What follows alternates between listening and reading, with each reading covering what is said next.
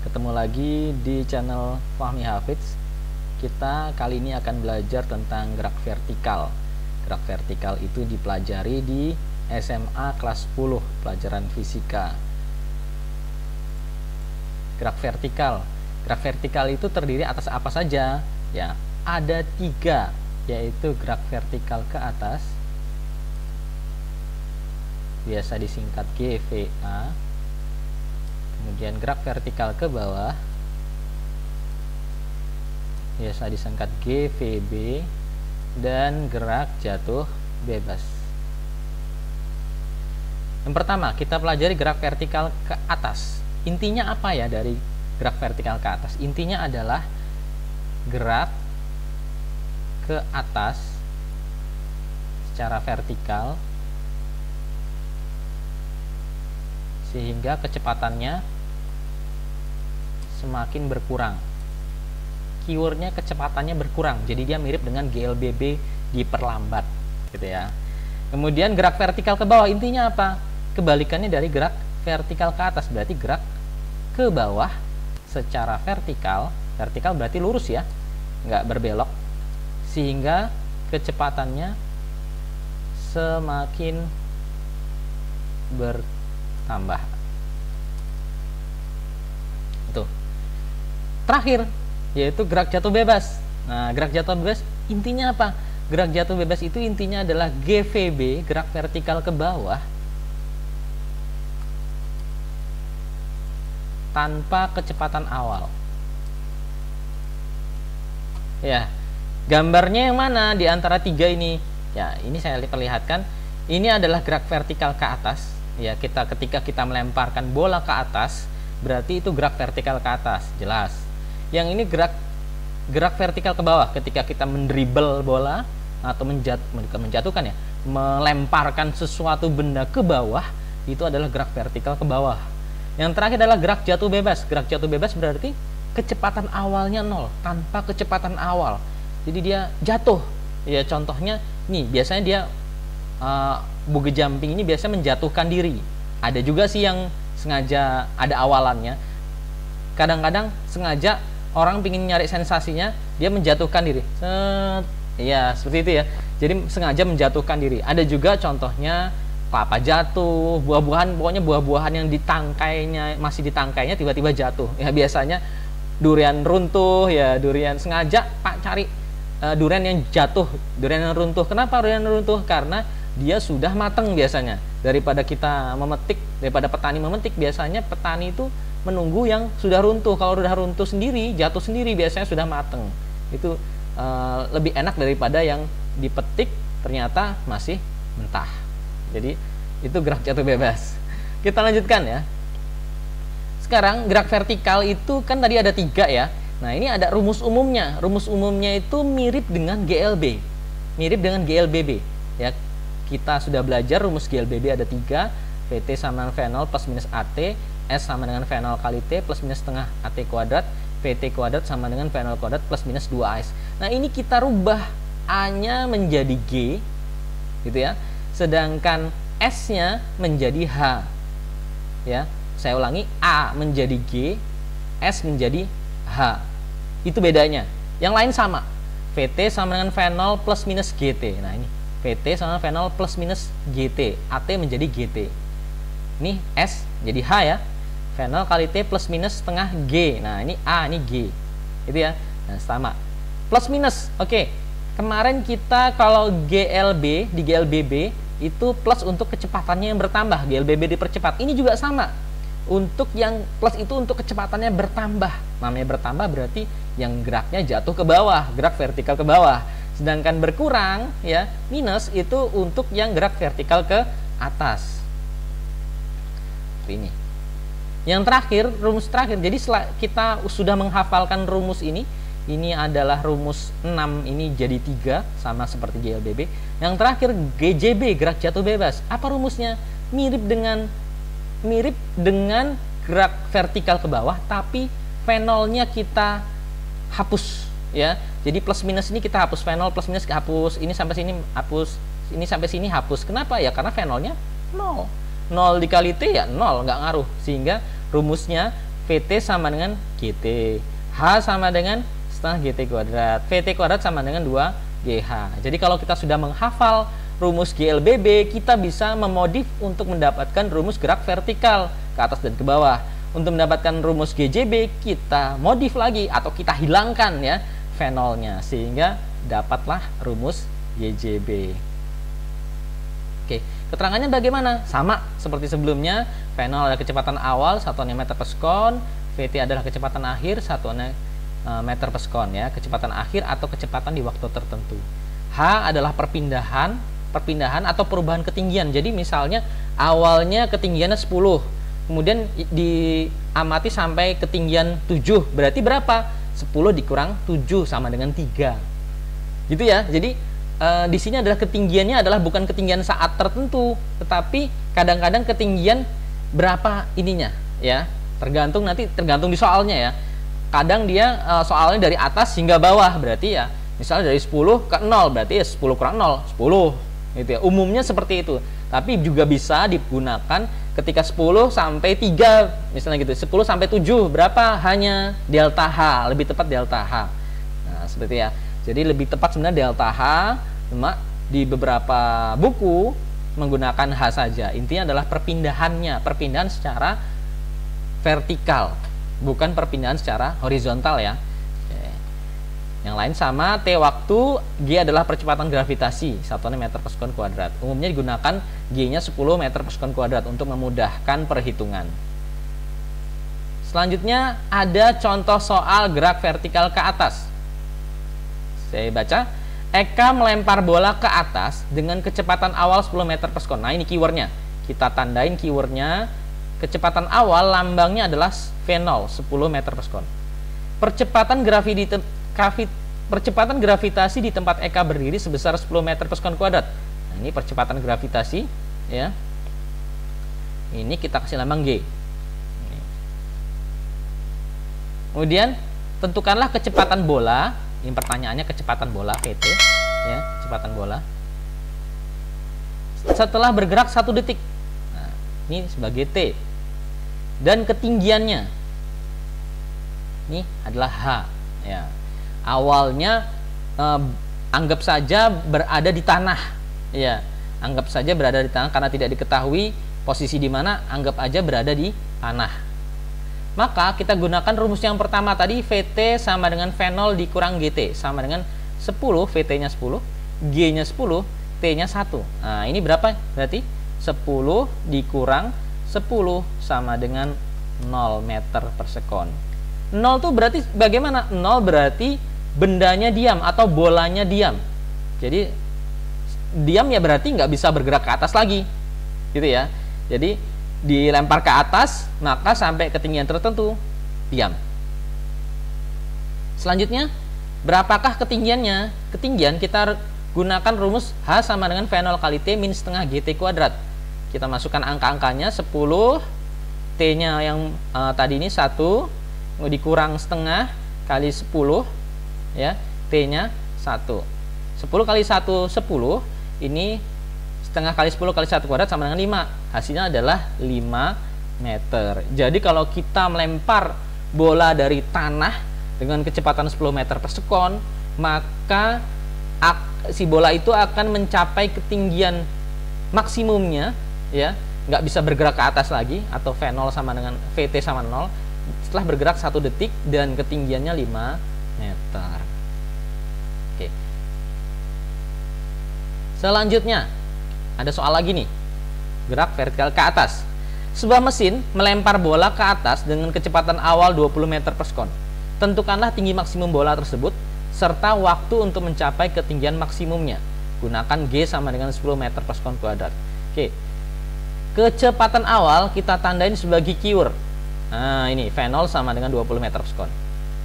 Kemudian tentukanlah tinggi maksimum. Tinggi maksimum yang ditanya ini lambangnya H max ya. Kemudian serta waktu untuk mencapai tinggi maksimum, ini dilambangkan TH max, waktu untuk mencapai ketinggian maksimum. Ketika tinggi maksimum ya, kita berarti bola itu berhenti di suatu titik. Berarti berhenti itu berarti kecepatannya 0 ya. Di ketinggian tertentu bola itu akan berhenti. Ya, VT sama dengan 0. Ini namanya disebut ketinggian maksimum. Jadi walaupun di sini tidak disebutkan VT-nya berapa, tapi ketika kita sudah melihat soalnya kok ada tinggi maksimum, nah tinggi maksimum itu berarti VT sama dengan 0. Gitu ya. Maka VT-nya sama dengan 0. Ketika tinggi maksimum berarti bola tidak bisa bergerak ke atas lagi, sehingga VT sama dengan 0. Kita gunakan rumus yang pertama, VT sama dengan V0 min GT. Ya, untuk menentukan nilai T, ya. Kita masukkan angka-angkanya, VT-nya tadi 0, ya kan? V0-nya 20, G-nya 10, T-nya ditanya. Maka kita pindah yang ini ke kiri. 10T sama dengan 20, ya. T sama dengan 20 dibagi 10. 10-nya pindah ke sini, sama dengan 2 sekon. Seperti itu ya. Kemudian kita cari ketinggiannya, berapa tinggi maksimumnya. Kita bisa gunakan rumus yang kedua, V0 kali T min setengah GT kuadrat. Kita masukkan angka-angkanya, V0-nya adalah 20, T-nya 2, benar nggak T-nya 2? Ini ya, benar ya, T-nya 2, ini kan barusan kita cari ya, T-nya 2. Ya, setengah, G-nya 10, T-nya 2 kuadrat. Oke, 20 kali 2 sama dengan 40, dikurang, ini berapa? 2 kuadrat, 2 kuadrat 4, 4 kali 10, 40 kali setengah berarti 20 meter. Jadi ketika suatu benda melempar sesuatu, ya suatu benda melempar sesuatu, ya kita jarang ya manusia melempar sesuatu dengan kecepatan segini, ya biasanya mesin ya. Mesin melempar bola dengan kecepatan awal 20 meter per sekon secara vertikal, maka vertikal ke atas ya, maka mesin itu ya ketinggian bola itu akan mencapai ketinggian 20 meter sebagai ketinggian maksimumnya, dan mencapainya dalam waktu 2 detik. Luar biasa cepat sekali ya. Dalam waktu 2 detik bisa mencapai 2 meter jika kecepatan awalnya 20 meter per sekon. Oh ya, ada cara kilatnya nih, ada cara cepatnya. Cara gimana? Untuk menentukan TH max kita gunakan rumus T sama dengan V0 per G. V0-nya berapa? V0-nya tadi dapat dari angka sini adalah 20. G-nya 10 sama dengan 2 sekon. Nah, ini biasanya digunakan untuk orang-orang atau pelajar-pelajar yang ikut lomba LCT ya. Gunakan rumus cepat ini. Hmax-nya berapa? Hmax-nya gunakan rumus V0 kuadrat dibagi 2G. Maka akan didapatkan 20 kuadrat dibagi 2 kali 10. Itu ya. 20 kuadrat adalah 400 dibagi 20, hasilnya adalah 20 meter.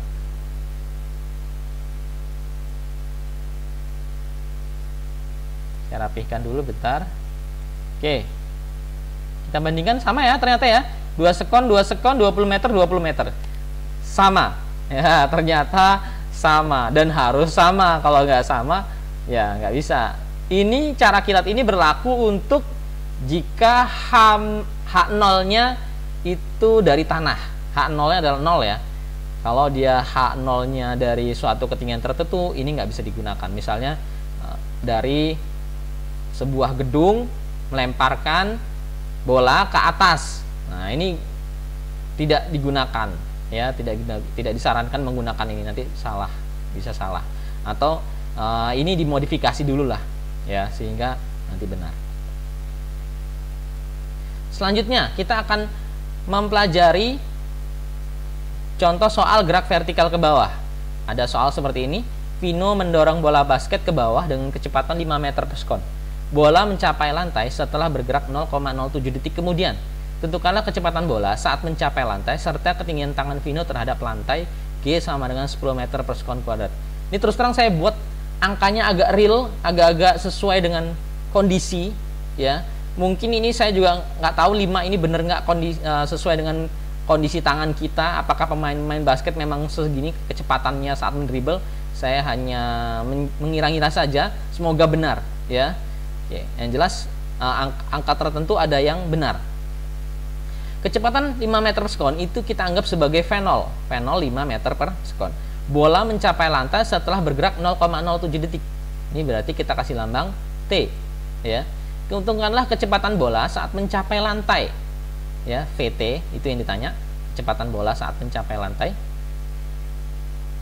Kemudian serta ketinggian tangan, ketinggian berarti H. Gunakan G sama dengan 10 meter per sekon kuadrat. Maka kita gunakan rumus yang pertama dulu. VT sama dengan V0 plus GT sama dengan 5 ditambah G-nya 10 dikali T-nya 0,07 sama dengan 5 ditambah 0,7 sama dengan 5,7 meter per sekon. Saat mencapai lantai, nah itu kecepatannya 5,7 meter per sekon. Berapakah ketinggian tangan ke lantai? Kita gunakan rumus yang kedua. H sama dengan V0 kali T plus setengah GT kuadrat sama dengan, masukin angkanya, V0 nya 5, T nya 0,07 tadi, ya, 0,07 ditambah setengah, G nya 10, 0,07 kuadrat. Nah ini langsung saya hitung saja, 5 kali 0,07 0,35, ini kalau dikali hasilnya 0,0049, ditambahkan hasilnya 0,3549 meter atau 35,49 cm. Ya kira-kira kalau kita mendribble bola itu kan kira-kira segini ya, segini kira-kira ya 35 cm, 35 sampai 40 mungkin ya, atau di bawahnya 30 sampai 40 cm. Insya Allah seperti itu. Kita lanjutkan dengan soal gerak vertikal ke bawah yang lain. Nah ini mungkin agak-agak mudah, angkanya lebih bulat daripada yang tadi ya. Contoh seperti ini memang lebih mudah, lebih enak, angkanya bulat ya. Seorang penumpang kapal melempar koin ke bawah ke arah laut dengan kecepatan 4 meter per sekon. Koin menyentuh permukaan air laut setelah bergerak 2 sekon. Tentukanlah kecepatan koin saat menyentuh permukaan air laut dan ketinggian penumpang kapal terhadap permukaan laut. Oke, kita cari keywordnya. Seorang penumpang kapal melempar koin ke bawah ke arah laut dengan kecepatan 4 meter per sekon. Ini kecepatan pertama berarti kecepatan awal ya. Ini V0 4 meter per sekon. Koin menyentuh permukaan air laut setelah bergerak 2 sekon. Ini kita anggap sebagai waktu ya, waktu 2 sekon. Tentukanlah kecepatan koin saat menyentuh permukaan air laut. Kecepatan koin saat menyentuh permukaan air laut berarti kita anggap sebagai VT. Kemudian dan ketinggiannya ya, ketinggiannya kita anggap sebagai H. Ketinggiannya dianggap sebagai H. Kemudian G sama dengan 10 meter per sekon kuadrat. Ya, kita masukkan angka-angkanya. VT sama dengan V0 plus GT. Kita gunakan rumus yang pertama untuk mencari VT. VT sama dengan V0 plus GT. Berarti V0-nya 4. Ya, udah ya ini ya. V4 ditambah G-nya 10 dikali 2 sama dengan 4 ditambah 20. Jawabannya 24 meter per sekon. Ini adalah kecepatan saat koin menyentuh permukaan air laut. Selanjutnya, berapakah ketinggian penumpang kapal terhadap permukaan laut? Kita gunakan rumus yang kedua. H sama dengan V0 kali T plus setengah GT kuadrat sama dengan 4 dikali 2, V0-nya 4, T-nya 2 ditambah setengah, G-nya 10, T-nya 2. 2 kuadrat ya. 4 kali 2 sama dengan 8 ditambah berapa ini? 4 dikali 10, 40 tambah dikali setengah sama dengan 20. Jawabannya 28 meter. Semoga real ya, semoga angka ini real sesuai dengan di lapangan. Tinggian orang kalau kita naik kapal, tinggi kita yang berada di kapal ke permukaan air laut 28 meter. Semoga pas. Kalau nggak pas mohon maaf ya. Ya ini saya nyari angka yang bulat aja yang mudah dihitung. Selanjutnya kita pelajari soal gerak jatuh bebas. Ada soal seperti ini. Ganta menjatuhkan dirinya di atas sebuah jembatan dalam permainan buge jumping. Tali pengikat ganta lurus seutuhnya dan ganta menyentuh permukaan air sungai setelah ganta bergerak 4 sekon. Tentukanlah kecepatan ganta saat menyentuh permukaan air dan tinggi jembatan terhadap permukaan air sungai. Oke, gunakan G sama dengan 10 meter per sekon. Kita pelajari keywordnya. Ganta menjatuhkan dirinya di atas sebuah jembatan dalam permainan buge jumping. Tali pengikat ganta lurus seutuhnya dan ganta menyentuh permukaan air sungai setelah ganta bergerak 4 sekon. Nah, ini keywordnya yang pertama ya, 4 sekon. Oh ya, ini menjatuhkan ya. Oh ya, menjatuhkan itu berarti kecepatan awalnya 0 ya. Kemudian tentukanlah kecepatan ganta saat menyentuh permukaan air, itu kita kasih lambang VT. Dan tinggi jembatan terhadap permukaan air sungai kita berikan lambang H ya. G-nya kita gunakan G-nya 10 meter per sekon kuadrat. Maka kita gunakan rumus yang pertama, VT sama dengan G kali T. G-nya 10, T-nya 4, hasilnya adalah 40 meter per sekon. Ini adalah kecepatan saat ganta menyentuh permukaan air sungai.